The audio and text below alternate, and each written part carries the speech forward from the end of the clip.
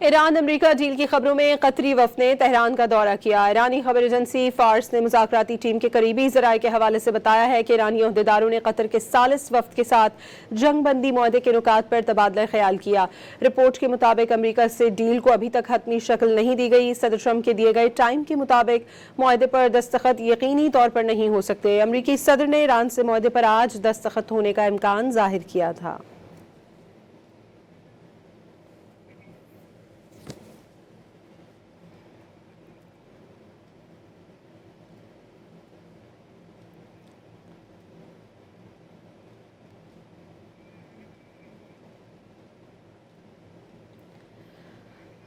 Iran अमरीका deal की खबरों पर कतरी वफ़द ने तेहरान का दौरा किया है। अमरीका से डील को अभी हतमी शक्ल नहीं दी गई। फार्स न्यूज़ के मुताबिक सदर ट्रंप के मुकर्रर करदा वक्त में डील नामुमकिन है।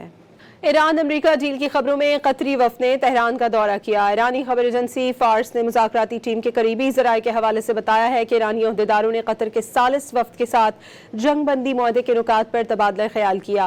रिपोर्ट के मुताबिक अमरीका से डील को अभी तक हतमी शक्ल नहीं दी गई। सदर ट्रंप के दिए गए टाइम के मुताबिक मुआहदे पर दस्तखत यकीनी तौर पर नहीं हो सकते। अमरीकी सदर ने ईरान से मुआहदे पर आज दस्तखत होने का इम्कान जाहिर किया था।